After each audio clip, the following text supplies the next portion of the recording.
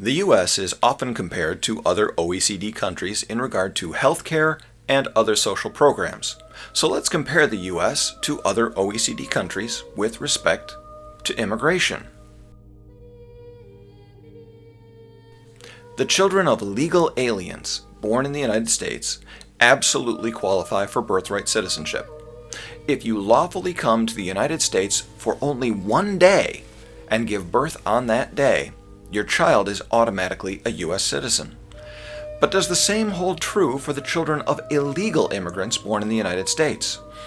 The United States Congressional Research Service says, maybe not. The fact is, there are compelling arguments on both sides of the issue, and the question is simply undecided. You can see the link to the report as well as other links in the description below.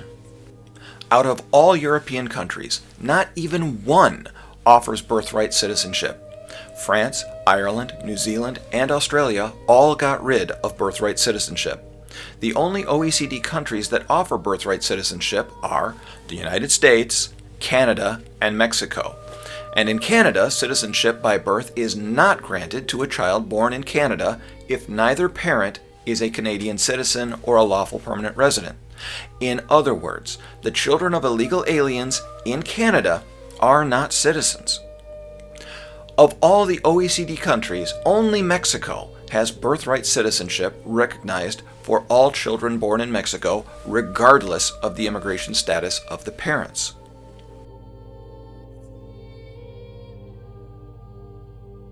In the U.S., we have tried to implement a merit-based approach to a portion of our immigration. Of the 675,000 permanent immigrants we admit each year, about 90,000 are required to have some kind of beneficial skill they bring to the United States. The mass majority of the rest are immigrants seeking family reunification. Immigrants who are lawful permanent residents with a substantial work history or military service become eligible for federal safety net programs, as are asylees, refugees, and other humanitarian cases. By implementing self-sufficiency requirements to immigration, we have built a wall around the safety net programs while welcoming in the immigrants who benefit the United States. Unlawful aliens are not eligible for most federal benefits, with notable exceptions for emergency services, for example, Medicaid for emergency medical care or Federal Emergency Management Agency disaster services. Immigration to the United States is based upon the following principles: the reunification of families, admitting immigrants with skills that are valuable to the U.S. economy, protecting refugees, promoting diversity through a visa lottery. For decades, we have had financial criteria requiring all applicants to be at least 51% self-sufficient. But new rules have increased that to at least 92% self-sufficient. You can see the immigration processes and the annual number of immigrants allowed in each category in the links below.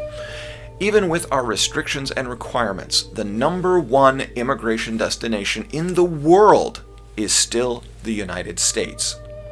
Compared to other OECD countries, the U.S. is consistently in the top countries in the Migrant Integration Policy Index, which basically means the U.S. respects the rights of immigrants more than 75% of OECD countries. There are 23 OECD countries that are in the European Union. The EU countries plus Iceland, Liechtenstein, and Norway create the European Economic Area, and all of those countries plus Switzerland comprise the European Single Market, which seeks to guarantee the free movement of goods, capital, services, and labor, the four freedoms.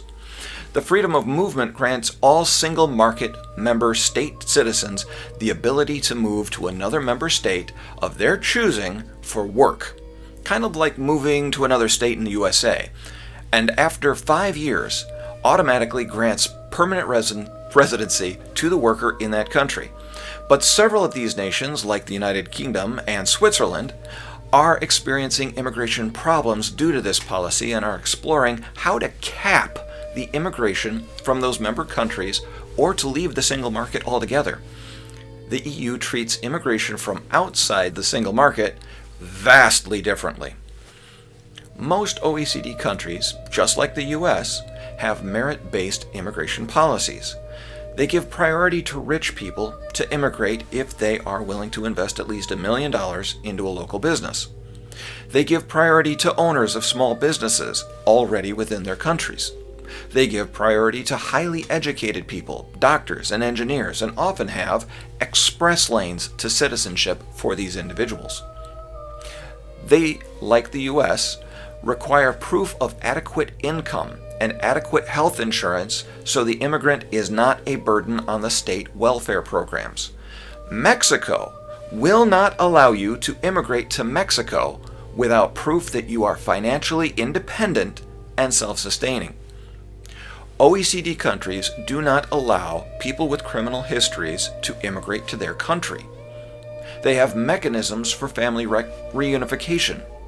Some countries with few doctors or resources require you to be in good health, regardless of how much money or what insurance or what skills you may have. New Zealand will not allow you to immigrate to New Zealand if you are over 56 years old. Think about that. What's missing from most OECD countries? Immigration programs to promote diversity regardless of skill, financial status, or health.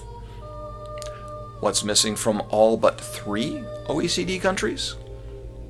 Birthright citizenship. I'm Tom Graham for Return to Integrity.